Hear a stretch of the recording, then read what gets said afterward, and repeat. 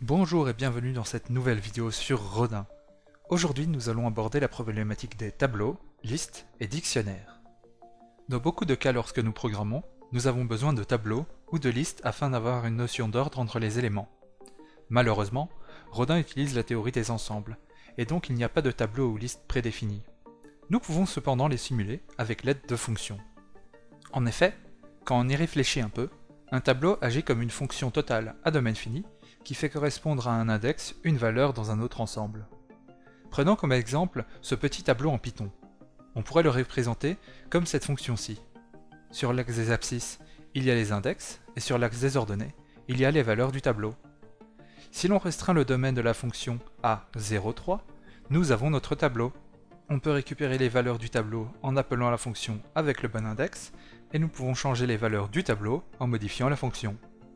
Maintenant, regardons comment faire cela en Rodin.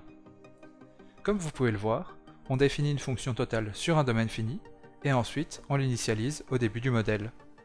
Et après, nous pouvons changer sa valeur comme dans l'événement set. Je tiens à préciser que vous n'avez pas besoin de créer d'événement set dans vos modèles si vous voulez utiliser des tableaux. Utilisez juste l'action de l'événement dans vos modèles et cela marchera parfaitement. Je ne vais pas le dire à chaque fois, mais ça sera aussi le cas pour les opérations sur les listes et les dictionnaires que je vais vous expliquer juste après. Maintenant, passons aux listes. Les listes ressemblent beaucoup aux tableaux comme vous le savez. La grosse différence, c'est que les listes peuvent changer de taille.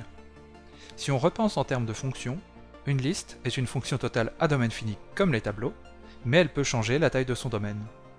Voyons comment faire cela en Rodin. Comme vous pouvez le voir, on définit encore une fonction totale sur un domaine fini.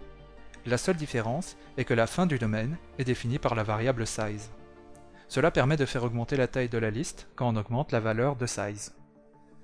La partie set est la même que celle du tableau, par contre, il y a d'autres opérations sur les listes.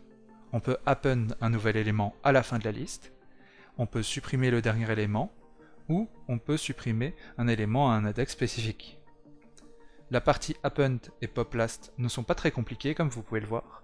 Par contre, le pop est plus compliqué, car si on supprime une valeur en plein milieu de la liste, il faut modifier tous les index qui sont après, afin que le domaine reste bon. C'est à ça que sert cette assignation un peu compliquée.